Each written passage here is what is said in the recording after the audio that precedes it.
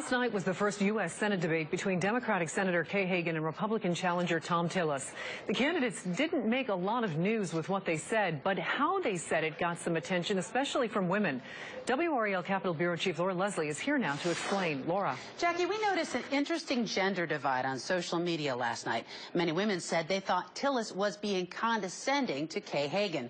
Joanne Samuels-Wood said on WRAL's Facebook page that she didn't like either candidate, but she said, "I'd vote for Hagan due to Tillis's obvious disrespect by calling her Kay in lieu of the Senator Hagan." She said, "I was raised to respect persons in position, whether I agreed with them or not." Good evening. In political debates, opponents usually use each other's titles. Hagan addressed House Speaker Tillis by his. I think Speaker Tillis, except Speaker Tillis.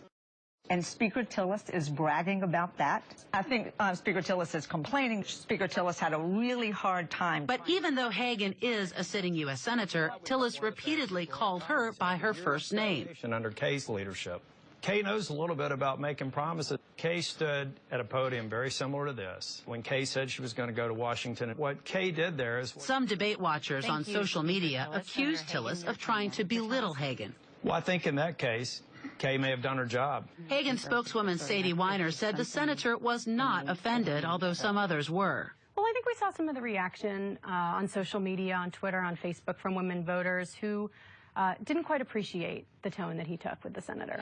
Republicans nationally have had trouble wooing women voters. Polls show Tillis has a major gender gap to overcome.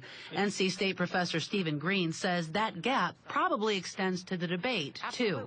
But I think most of women and men seeing the debate differently is the fact that the women are already inclined to be more Democratic and the men inclined to be more Republican.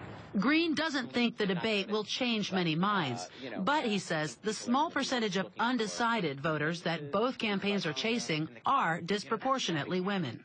Everything suggests that it's going to be a particularly close election, and you don't want to take anybody for granted. Now, the Tillis campaign declined to speak with us on camera for this story, but his press secretary, Megan Burris, sent us this statement. She said Tom is not keen on pomp and formality and talks to everyone on a first-name basis. He prefers to have everyone call him Tom, but he will be happy to refer to her as Senator Hagan if that is her preference. Burris also pointed out that Tillis and Hagan knew each other at the legislature and that Tillis said in the debate last night that Hagan is a good person. Jackie. Laura, thank you. And we asked you, who won the North Carolina debate last night? At last check, 58% said Hagan took the lead. 42% thought Tillis did. And you can log on and vote through our Facebook page. Search WRAL TV.